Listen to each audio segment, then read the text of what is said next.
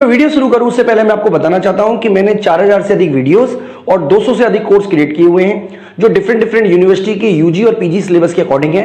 इसके अलावा हमने यूपीएससी इकोनॉमिक्स ऑप्शनल का कोर्स क्रिएट किया हुआ है, इंडियन इकोनॉमिक्स सर्विसेज के कोर्स हमारे पास हैं। इसके अलावा हमारे पास गेट का कोर्स हमारे पास है, यूजीसी नेट का सिलेबस हमने कवर किया हुआ है। तो ये सारे के सारे कोर्सेज आपके लिए अवेलेबल है हमारी ऐप विष्णु इकोनॉमिक्स स्कूल में। इसके अलावा प्लेलिस्ट में आपको काफी सारी वीडियो आपको मिल जाएंगी, आप हमारी प्लेलिस्ट के भी विजिट कर सकते हैं। और अगर आपको हमारी वीडियो अच्छी लगती है तो आप हमारी वीडियो को लाइक करना और चैनल को सब्सक्राइब करना ना भूलें। तो चलिए स्टार्ट करते हैं आज। हेलो दोस्तों, तो दोस्तों इस वीडियो के साथ हम एक नया चैप्टर शुरू कर रहे हैं जिसका नाम है वैल्यूएशन ऑफ एनवायरमेंटल गुड्स। तो बच्चों टोटल मिलाकर हम इस पूरे के पूरे वीडियो चैप्टर पे 4 वीडियो बनाने वाले हैं, जिसमें से पहली वीडियो तो हम आपको बताएंगे एनवायरमेंटल गुड्स क्या होती है, और बाकी की जो 3 वीडियो हैं उनमें हम आपको बताएंगे कि आखिरकार एनवायरमेंटल गुड्स को वैल्यूएट कैसे करते हैं, यानी किस तरीके से उसका मूल्य निकाला जाता है। तो बच्चे देखिए, जो जैसे आपने कई बार गुड्स देखी होगी जिसको जो मार्केट में अवेलेबल होती है, आप गए मार्केट में और आपने मार्केट से कोई सामान खरीद लिया, टीवी है, फ्रिज है, ठीक है, तो ये सारी की सारी मार्केटेबल गुड्स है। कुछ ऐसी गुड्स भी होती है जो नॉन मार्केटेबल गुड्स होती है, यानी कि ऐसी गुड्स भी होती है जो मार्केट में अवेलेबल नहीं होती है, यानी कि जिनका कोई बाजार नहीं है, लेकिन आप ये नहीं कह सकते कि उनकी इकोनॉमिक वैल्यू जीरो है। इकोनॉमिक वैल्यू जीरो उन चीजों की होती है जिसकी कोई यूटिलिटी नहीं होती है। अगर सिंपल शब्दों में बात करें तो ऑक्सीजन है, हवा है, पेड़ है। इसके अलावा आप देखो, जैसे आप कहीं पहाड़ों पे जाओगे तो आपको अच्छी अच्छी सीनरी देखने को मिलती है। ये सब हमारे जीवन के लिए जरूरी है। हालांकि इनको आप ये नहीं कहते कि इनका मार्केट में कोई वैल्यू है, मार्केट में कोई कीमत होती है, लेकिन आप सबके लिए जरूरी है। भाई अगर मान लीजिए मेरे घर के बाहर पेड़ है, तो क्या वो पेड़ बिल्कुल फ्री है? नहीं, फ्री नहीं है, उसकी भी कोई ना कोई इकोनॉमिक वैल्यू होती है। हालांकि प्रकृति ने वो हमें गिफ्ट में फ्री ऑफ कॉस्ट दिया है। मकान हमने खरीदा, मकान की कीमत हमने दी, लेकिन उस पेड़ की कीमत हमने नहीं दी जो कि हमारे मकान, जो हमारे घर के बिल्कुल सामने लगा हुआ है। लेकिन इसका मतलब ये नहीं है कि उसकी इकोनॉमिक कॉस्ट जीरो है या इकोनॉमिक वैल्यू जीरो है। तो एनवायरमेंटल गुड्स क्या होती है? Environmental goods are typically non marketable goods. Non marketable goods का मतलब क्या है कि जिस गुड्स का जो प्राइस है वो डिमांड एंड सप्लाई के फोर्सेस डिसाइड नहीं कर सकते। देखिए, अगर मार्केटेबल गुड्स है तो डिमांड एंड सप्लाई के फोर्सेस इतने पावरफुल होते हैं कि वो उसका जो प्राइस है वो डिसाइड कर पाते हैं। आमतौर पर यही होता है। लेकिन बहुत सारी गुड्स ऐसी होती है जो मार्केट में बिकती नहीं है, मार्केट में अवेलेबल नहीं होती है। जैसे कि मान लीजिए क्लीन एयर है, क्लीन वाटर है, इसके अलावा ग्रीन ट्रांसपोर्ट इंफ्रास्ट्रक्चर है, यानी कि मान लीजिए साइकिल आपने पाथ बना दिया या फुटपाथ बना दिया, या पब्लिक पार्क है, अर्बन पार्क है, रिवर्स है, माउंटेन है, फॉरेस्ट है, बीचेस हैं।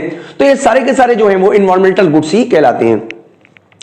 तो देखिए, एनवायरमेंटल गुड्स जो होती हैं वो प्रकृति द्वारा हमें मुफ्त प्रदान किए गए होते हैं, यानी एनवायरमेंटल गुड्स जो है वो एक तरीके से सब कैटेगरी है पब्लिक गुड्स की। तो बच्चों यहाँ पे मैं आपको पब्लिक गुड्स क्या होती है उसके बारे में भी बताना चाहूंगा। देखिए, पब्लिक गुड्स के बारे में हमने ऑलरेडी जब पब्लिक फाइनेंस पढ़ाया था उसमें आपको बताया था। इसके अलावा जब हमने एनवायरमेंटल गुड्स पढ़ाई है, एनवायरमेंटल इकोनॉमिक्स पढ़ाई, उसमें भी पब्लिक गुड्स का चैप्टर है पूरा का पूरा। यहाँ पर बच्चों मैं आपको बता देता हूँ कि पब्लिक गुड्स जो होती है उसमें 2 फीचर होते हैं, non excludability and non राइवलिटी। Non राइवलिटी का मतलब क्या है कि ये जो रिसोर्सेज होते हैं, जो पब्लिक गुड्स होती है, उनको अगर एक यूज करता है तो दूसरे के सेटिस्फेक्शन में कोई कमी नहीं आती है।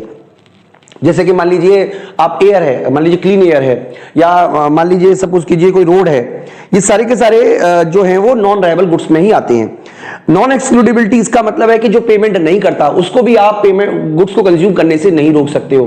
मान लीजिए कोई पब्लिक पार्क है, जिस व्यक्ति ने बनाया है उसने उसकी कोई पेमेंट नहीं किया है, लेकिन उसको भी आप पार्क से जाने से नहीं रोक सकते। कोई सीनरी है, उस सीनरी, मान लीजिए कोई पहाड़ के ऊपर से आपको बहुत अच्छी सीनरी नजर आती है, कभी आप जाइए उत्तराखंड, कभी आप जाइए हिमाचल प्रदेश या कोई और हिल स्टेशन, आपको, क्योंकि मैं इसी तरफ गया हूं, ठीक है, साउथ की तरफ मुझे जाना नहीं हो पाया।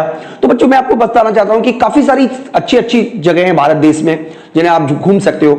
तो ये सारी की सारी जो है वो फ्री ऑफ कॉस्ट अवेलेबल है प्रकृति के द्वारा, यानी कि जो नॉन पेयर है वो भी इनका यूटिलाइज कर सकता है। इसीलिए एनवायरमेंटल गुड्स को भी आप एक तरीके से कैटेगरी में रखते हैं, पब्लिक गुड्स की कैटेगरी में ही रखते हैं, क्योंकि इस केस में भी वही समस्या पैदा होती है, फ्री राइडर प्रॉब्लम। यानी कि यहां पे भी वही प्रॉब्लम है, प्रॉपर्टी राइट डिफाइन नहीं है। देखिए, प्रॉपर्टी राइट अगर डिफाइन होता है तो आप किसी भी गुड्स का प्राइस को निकालना आसान होता है, उसको मैक्सिमम यूटिलाइजेशन करवा पाते हो। लेकिन जब प्रॉपर्टी राइट डिफाइन नहीं होता है तो हर व्यक्ति उसका ओवर यूटिलाइजेशन करता है, यानी कि जितना वो पेमेंट करने को रेडी है उससे ज्यादा ओवर यूटिलाइजेशन करता है। तो ये सारा का सारा इन्वायरमेंटल गुड्स के केस में भी होता है। तो इन्वायरमेंटल गुड्स के केस में ये सारी की सारी प्रॉब्लम आती है, इसलिए इन्वायरमेंटल गुड्स के केस में भी गवर्नमेंट के इफेक्टिव कंट्रोल की जरूरत है। अगर मान लीजिए गवर्नमेंट कंट्रोल नहीं करेगी तो कोई भी अपने घर के बाहर कूड़ा जलाना शुरू कर देगा। आप देखिए दिल्ली में पराली जैसी समस्या है, ऐसे तो कोई भी जलाना शुरू कर देगा। तो गवर्नमेंट के इफेक्टिव कंट्रोल की जरूरत होती है इस तरीके की समस्या में, इन्वायरमेंटल गुड्स के खास तौर पर। इसीलिए इन्वायरमेंटल गुड्स को पब्लिक गुड्स की श्रेणी में ही रखा जाता है। तो बच्चों का अगर हम बात करें इन्वायरमेंटल वैल्यूएशन की, देखिए इन्वायरमेंटल को वैल्यूएशन करना बहुत जरूरी है यानी कि it refer to the assignment of monetary value, यानी कि जो चीजें मार्केट में अवेलेबल नहीं है। देखिए मान लीजिए मेरे घर के बाहर मेरे घर से लगभग 400 मीटर दूर एक पार्क है, छोटा सा पार्क नहीं है बल्कि काफी बड़ा पार्क है। तो उस पार्क की क्या वैल्यू है? मैं तो उसके लिए कोई पैसे देता नहीं हूं। पार्क में जाते हैं मॉर्निंग वॉक करने, इवनिंग वॉक, कभी भी जा सकते हो आप उस पार्क में। बहुत सारे पेड़ लगे हुए, बहुत सारे बेंचेस हैं जिसके लिए मैंने कोई पेमेंट नहीं किया, लेकिन उसकी इकोनॉमिक वैल्यू जीरो नहीं है। तो आखिरकार कौन सा ऐसा तरीका होगा, कौन सा ऐसी तकनीक होगी, कौन सी ऐसी विधि होगी जिसके द्वारा हम उस पार्क का मॉनेटरी वैल्यू निकाल सकते हैं? यही इन्वायरमेंटल वैल्यूएशन है। यानी कि जो चीज मार्केट में अवेलेबल है उसकी मॉनेटरी वैल्यू तो निकालना बहुत आसान है। देखिए डिमांड एंड सप्लाई की फोर्सेज जो हैं वो इतने पावरफुल हैं कि किसी भी गुड्स की मॉनेटरी वैल्यू को, मनी वैल्यू को डिसाइड कर सकते हैं। यानी कि आप डिमांड को मार्जिनल यूटिलिटी भी कह सकते हो, सप्लाई को मार्जिनल कॉस्ट भी कह सकते हो। यानी कि जहां पर मार्जिनल यूटिलिटी और मार्जिनल कॉस्ट बराबर बराबर होती है वहां पर प्राइस डिसाइड हो जाता है। यानी कि व्यक्ति उतना प्राइस देगा जितना उसकी यूटिलिटी मिल रही है और प्रोड्यूसर उतना प्राइस चार्ज करेगा जितना उसकी मार्जिनल कॉस्ट आ रही है। तो बहुत ही आसानी से मार्केट, जो गुड्स मार्केट में अवेलेबल हैं उनका डिमांड एंड सप्लाई के फोर्सेस डिसाइड कर देते हैं। लेकिन जो चीज नॉन मार्केटेबल है उसका प्राइस कैसे डिसाइड होगा, वही हमें आगे पढ़ना है। यानी कि it refer to the assignment of the money value of non monetary assets, goods and services where the money value have a particular and precious meaning. यानी कि यहां पे हमें हर चीज का, पार्क की मॉनेटरी वैल्यू निकालना, पेड़ की मॉनेटरी वैल्यू निकालना, ये सारा का सारा हमारा इन्वायरमेंटल वैल्यूएशन का ही काम है। तो मार्केट, नॉन मार्केट गुड्स के बारे में तो हम ऑलरेडी आपको बता चुके हैं कि जो गुड्स मार्केट में अवेलेबल नहीं होती हैं, ठीक है, जैसे माउंटेन हो गया या कोई बायोडायवर्सिटी हो गई, ये सारी चीजें प्रकृति ने मुफ्त में हमें दी हुई है। लेकिन मुफ्त का मतलब ये नहीं है कि इसकी इकोनॉमिक वैल्यू नहीं है, बस आप ये समझ लीजिए, ठीक है। मुफ्त का मतलब ये बिल्कुल भी नहीं होता कि उसकी हमारे लिए वैल्यू है, कोई ना कोई वैल्यू जरूर है। उस वैल्यू को पता करना ही हमारा मेन काम है। तो बच्चों कैसे हम इसको पता करेंगे? देखिए दो तरीके हैं। एक तो हमें यह पता करना है कि विलिंग टू पे, ठीक है, और विलिंग टू एक्सेप्ट। इस तरीके से हम पता कर लेते हैं नॉर्मली। विलिंग टू पे और विलिंग टू एक्सेप्ट दोनों का मतलब मैं आपको बता देता हूं। जैसे मान लीजिए मेरे घर से 400 मीटर दूर पार्क है, मैं बार बार आपको पूरे के पूरे इस चैप्टर में वही एग्जांपल देता रहूंगा। स्वर्ण जयंती पार्क है, ठीक है, स्वर्ण जयंती पार्क जो है वो काफी बड़ा पार्क है, काफी अच्छा पार्क है। अब मान लीजिए वो पार्क यहां से हटा दिया जाता है, सपोज करें हटा दिया जाता है, सपोज कीजिए, तो क्या मुझ पर असर पड़ेगा? बिल्कुल असर पड़ेगा। तो इसके लिए मान लीजिए मुझे कंपनसेट किया जाता है, मतलब कंपनसेट किया जाता है कि मतलब वो मुझसे कहते हैं कि चलिए आप 10,000 रुपए रख लीजिए और 10,000 रुपए रखने के बाद आप ये भूल जाइए कि यहां पे पार्क होगा, ठीक है। तो क्या मैं उसे एक्सेप्ट करने को तैयार हो जाऊंगा?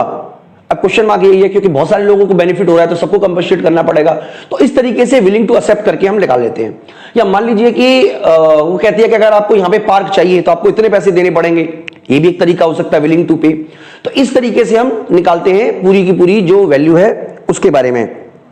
यानी कि विलिंग टू पे का मतलब क्या है? Willing to pay measure the maximum amount of money that the person would be willing to pay in return for receiving the benefit. यानी कि विलिंग टू पे का क्या मतलब है? वो मैक्सिमम अमाउंट जो एक कंज्यूमर जो है वो गुड्स के बेनिफिट के रूप में जब रिसीव कर रहा है, मतलब उस सर्विसेज को यूज कर रहा है, उस एनवायरमेंटल गुड्स को यूज कर रहा है, उसके लिए जो मैक्सिमम अमाउंट देने को तैयार है उसका मतलब होता है विलिंग टू पे। और विलिंग टू एक्सेप्ट का मतलब है कि अगर उस गुड्स को हटा दिया जाए और उस कंपनसेशन के रूप में आपको जो मॉनेटरी वैल्यू दी जाए उसको हम बोलते हैं विलिंग टू एक्सेप्ट। तो नॉर्मली आमतौर पर ये दो तरीके होते हैं, विलिंग टू पे एंड विलिंग टू एक्सेप्ट। उसके बारे में बच्चों हम आगे बात करेंगे, आपसे सारी की सारी बातें हमें आगे करनी भी है। अब हम बात करते हैं बच्चों आखिरकार, जैसे हमने अभी समझा कि हर गुड्स की इकोनॉमिक वैल्यू होती है, तो उसकी इकोनॉमिक वैल्यू कैसे निकाली जाती है? तो बच्चों देखिए इकोनॉमिक वैल्यू तीन कैटेगरी में हम डिवाइड कर सकते हैं, use value, option value and non use value. तीन तरीके की चीजें होती है, use value, option value and non use value. Non use value के अंदर भी दो कैटेगरी है। सबसे पहला डायरेक्ट यूज, जैसे आप मान लीजिए आप बहुत सारी चीजों का यूज करते हो, आप प्रकृति ने आपको बहुत सारी चीजें दी हैं, ठीक है, उनका आप डायरेक्ट यूज करते हो, जैसे वाटर है, फिश है, टिम्बर्स हैं, लकड़ियां हैं, बहुत सारी चीजें प्रकृति ने आपको मुफ्त में दी हुई हैं। देखिए बहुत सारी चीजें आपको प्रकृति द्वारा मुफ्त में दी जाती है जिनका आप डायरेक्टली यूज करते हो, वो आपके लिए कहलाएंगी डायरेक्ट यूज। इनडायरेक्ट यूज का मतलब है जैसे सनराइज हो रहा है या सनसेट का कोई सीन है या वाटरफॉल आप देखने गए, मान लीजिए आप किसी जगह गए जहां पे वाटरफॉल हो रहा है, तो आपकी आंखों को सीन मिलेगा, आपको संतुष्टि फील होगी। तो ये सब प्रकृति ने जो हमें दिया है, इसको हम बोलते हैं यूज वैल्यू। दूसरा बच्चों हम बात करते हैं नॉन यूज वैल्यू, यानी कि नॉन यूज वैल्यू का मतलब होता है कि गुड्स अवेलेबल है, हम उसको यूज नहीं कर रहे लेकिन फिर भी उसके लिए हमारी वैल्यू है। जैसे कि मान लीजिए भारत में टाइगर बचाने का प्रोटेक्शन का किया जा रहा है, यानी कि आज तक मैंने कभी कोई टाइगर नहीं देखा, हाँ चिड़ियाघर में जरूर देखा है लेकिन वैसे नहीं देखा, कभी जंगल में जाके नहीं देखा, फिर भी सरकार द्वारा कोशिश की जा रही है टाइगरों को बचाने की। तो हालांकि मेरे लिए उसकी कोई डायरेक्ट वैल्यू तो नहीं है लेकिन इनडायरेक्ट जरूरी है, क्योंकि बायोडायवर्सिटी बनाने के लिए, जैव विविधता बनाए रखने के लिए जरूरी है कि हमारे देश में सभी लोगों, अब जैसे देखिए भारत में पूरी तरीके से जो ईगल है, आप कह सकते हो वो काफी तेजी से खत्म हो चुके हैं। तो या हम ये भी कह सकते हैं कि आप एक तरीके से बहुत सारी ऐसे जीव हैं जो खत्म हो गए, तो हालांकि मेरे को उनका कोई डायरेक्ट बेनिफिट तो नहीं मिल रहा है लेकिन बायोडायवर्सिटी के लिए जरूरी है उनका भी एग्जिस्टेंस होना। तो दूसरा हमारा बात होती है नॉन यूज वैल्यू की, ठीक है। इसके अलावा बच्चों तीसरा होता है ऑप्शन वैल्यू, यानी कि फ्यूचर जनरेशन। देखिए हमारी जो जनरेशन है वो प्रकृति द्वारा उसको हमें कुछ ना कुछ तो सौंपना ही है। क्या हम पॉल्यूटेड पर्यावरण देना चाह रहे हैं, क्या हम दूषित पानी देना चाह रहे हैं अपने प्रकृति को, तो फ्यूचर जनरेशन के लिए भी हमें बचा के रखना है ताकि आने वाली पीढ़ी जो है वो इसका उपयोग कर सके। क्योंकि जो वर्तमान समय है, यानी कि आज का जो समय है, वही तो केवल सच नहीं है, फ्यूचर भी आएगा। 2021 चल रहा है, 2121 भी आएगा, 3021 भी आएगा। तो प्रकृति जो है वो उसके लिए भी तो हमारे लिए कुछ सामान हमें बचा के रखना है, तो इसको हम बोलते हैं बच्चों ऑप्शनल वैल्यू। तो हम इन तीनों को जोड़ दें। देखिए नॉर्मली क्या होता है, जो यूज वैल्यू, ऑप्शनल वैल्यू और जो इसके अलावा जो नॉन यूज वैल्यू में बेक्यूस्ट वैल्यू एंड एग्जिस्टेंस वैल्यू भी आती है, तो इन सबको जोड़ के हम बोलते हैं टोटल इकोनॉमिक वैल्यू। तो टोटल इकोनॉमिक वैल्यू की बात करें तो सिंपल फार्मूला क्या है, use value plus non use value. तो नॉन यूज वैल्यू में ही ऑप्शनल वैल्यू को शामिल हमने कर लिया है। तो इस तरीके से बच्चों टोटल वैल्यूएशन हम पता करते हैं। लेकिन ये टोटल वैल्यूएशन जो है, जो हमने कहा टोटल इकोनॉमिक वैल्यू, उसको पता करने के कई सारे मेथड्स हैं जिनके बारे में हम आने वाली वीडियो में आप बच्चों से बात करेंगे, बहुत डिटेल में बात करेंगे बच्चों। इस वीडियो में इतना ही, थैंक यू।